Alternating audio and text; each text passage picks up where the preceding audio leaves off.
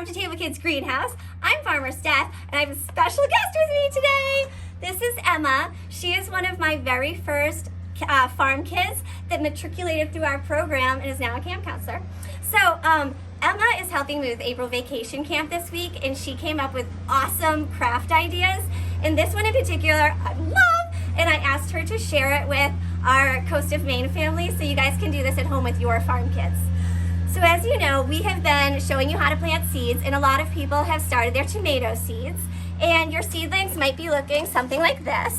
And when you're ready to pot them up into 4-inch pots, if you don't have plastic pots at home, that's okay. Emma's gonna show you how to make pots out of newspaper that will decompose and be a lot better for the environment than these plastic pots.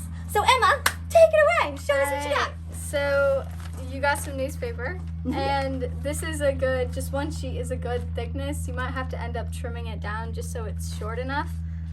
But you're gonna have a circular, round, any You kind, can use a really. water bottle, spray bottle, anything that's circular. Yep, and then you're just gonna roll it around and make a circular sort of thing.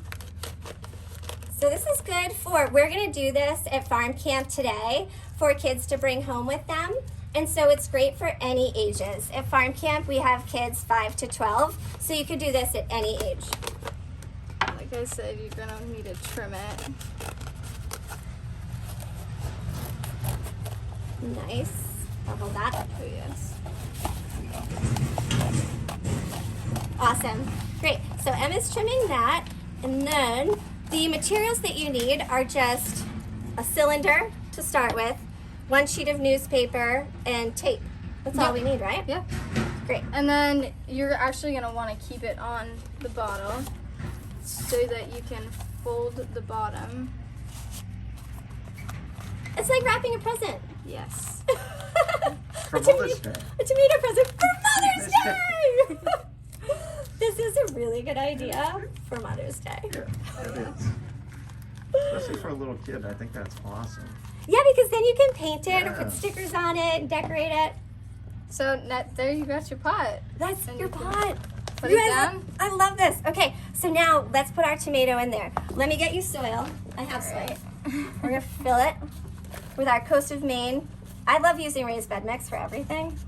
It's because I love it so much. And then we're gonna take our tomato.